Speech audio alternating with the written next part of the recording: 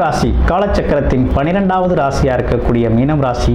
மீன ராசியை பொறுத்தவரையில் குரு பகவானின் ஆதிக்கமும் குருவின் ஆற்றலும் நிறைந்த உங்களுக்கு, புத்திசாலித்தனம் அதிகமாக இருக்கக்கூடிய உங்களுக்கு, உபய ராசியாக இருக்கக்கூடிய மற்றவர்களுக்கு உதவி செய்யும் எண்ணம் கொண்ட உங்களுக்கு என்ன விதமான நிகழ்வுகள் நடக்கப் போகுது அப்படின்னு பார்க்கல.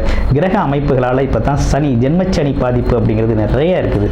ஆனால் அதை குறைக்கும் வகையில் குரு பகவானின் அதிசார பயிற்சி அப்படிங்கிறது குருவின் பார்வையால் பார்த்தீங்கன்னா அந்த சனியின் தாக்கத்தை குறைச்சி வேலை, தொழில், வருமானம் சம்பந்தப்பட்ட விஷயத்தில் ப்ரெஷர் இல்லாமல், ஒரு டென்ஷன் இல்லாமல் கூலாக போகக்கூடிய ஒரு அமைப்பை கொடுக்குறாங்க.